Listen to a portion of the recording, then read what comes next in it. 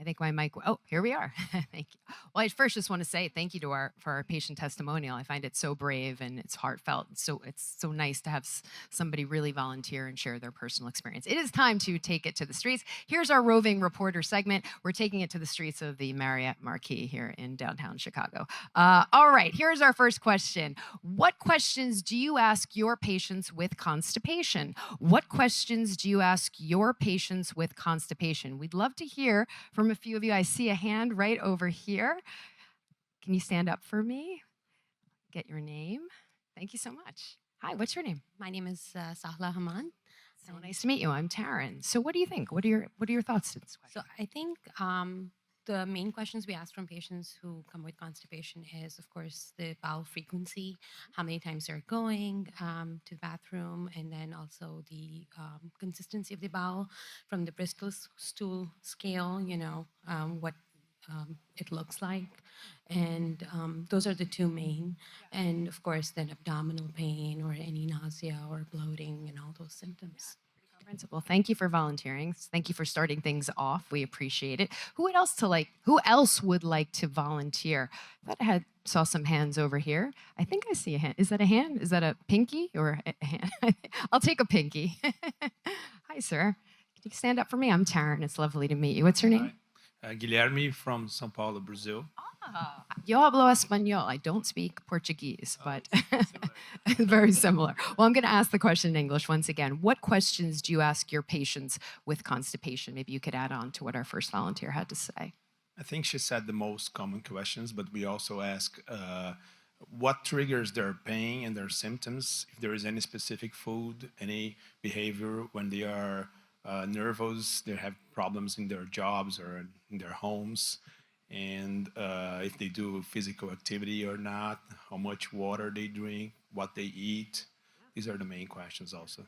Triggers, lifestyle choices. Thank you so much. We appreciate it. Was there anyone else in this area that wanted to participate?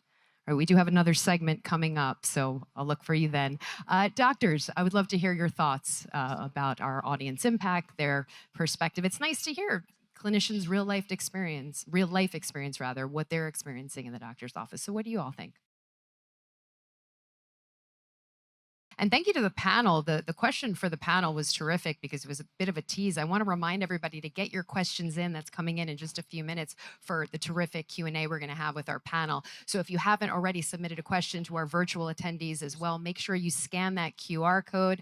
Again, you can see the slides, but you can submit questions here if you're in the audience live, but also joining us at home. So that's coming up shortly. All right, it is my favorite part of the program, taking it to the streets, getting some audience impact. It is time to rove. Here is our next question. Let's serve up the next question to the audience so we can get a dialogue going with our doctors. The next question is, what factors do you take into account when formulating a treatment plan for IBS-C? The question once again, what factors do you take into account when formulating a treatment plan for IBS-C? I would love to rove around and see what some of our audience members have to say, and once again, get a conversation going between you all and our expert panel on stage. Raise your hand. Don't all raise your hands at once. Anyone like to share? Here's the question once again. What factors do you take into account when formulating a treatment plan for IBS-C? So for all the clinicians in the room, what factors do you take into account? I thought I saw this table looking at me. Yes. He's looking at me now. Would you like to contribute, sir? I think that's excellent. All right, hang on. Let's get our photographer set up. Are we getting a good frame? Okay, what's your name? Richard. Richard, it's lovely to meet you. I'm Taryn. I'm going to have you look this way. You can look at me. All right, so what are your thoughts? The question is, once again, what factors do you take into account when formulating a treatment plan for IBS-C? So I'm looking at what the patient has access to. So insurance coverage, what could I get? If it is about getting some sort of additional help in, is it available in my area? If it is virtual, is that something the patient is willing to do, which sometimes is not always convenient for them, or they like just to say no. Right. It's something different.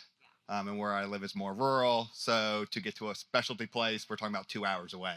Right. Yeah. So it's a little bit harder. I have no psychologist within easy distance. Where are you from?